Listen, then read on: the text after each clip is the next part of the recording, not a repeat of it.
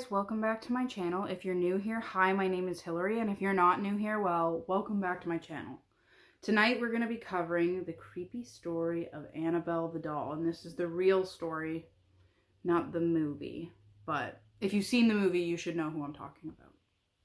I'm sure most of you have seen The Conjuring and the Annabelle movies because they've been such a hit in recent years, so let's get right on into it. Now, these movies are adaptations of the real-life experiences of Ed and Lorraine Warren. Now, the Warrens were paranormal researchers, but throughout all their experiences and everything that they investigated, one object was set apart from the rest, and that object was Annabelle the Doll. According to Ed and Lorraine, a student nurse was given the doll in 1968 as a gift. A girl named Donna actually received the doll as a gift from her mom, and her mom bought it at just a hobby store. At the time, Donna was living with a roommate named Angie, and upon receiving the doll, the girls didn't really think that it was anything special. No offense, Mom. However, over time, the girls kind of noticed that Annabelle started to move around on her own. Just a little bit at first, but then later on started moving more. As time went on, Annabelle's movement started to increase, and within a couple days, the doll seemed to be fully mobile. Donna and Angie would leave their apartment with Annabelle sitting on their bed, and when they returned, Annabelle would be sitting at the kitchen table. Their friend Lou thought that there was something deeply wrong with the doll, and he hated it.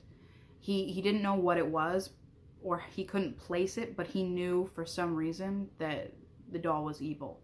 Donna began to find pieces of parchment paper scattered all about the apartment with messages like "Help Lou" or "Help Us" written on it, which was weird to start with because no one bought parchment paper. I don't know, this isn't like ancient Egypt on papyrus, that's not what's happening.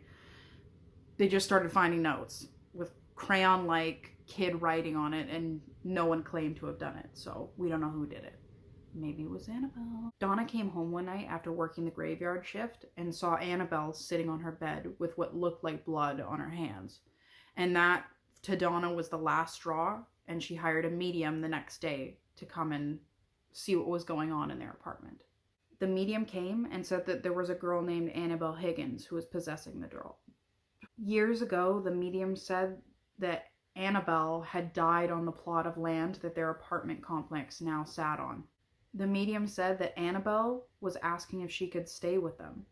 And so Donna and Angie said sure, because they felt bad and they basically just invited in a demon. Needless to say, it was the biggest mistake that the girls could have ever made.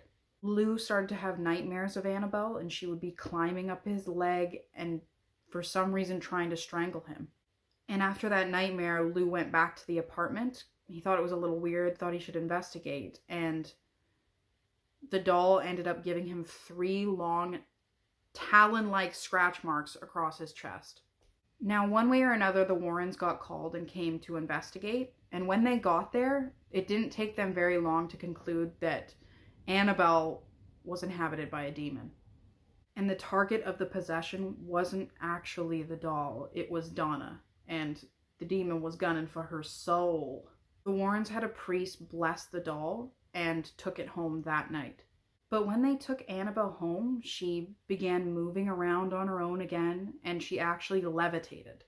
And this, they weren't having none of that. None of the Warrens, not today. Nope.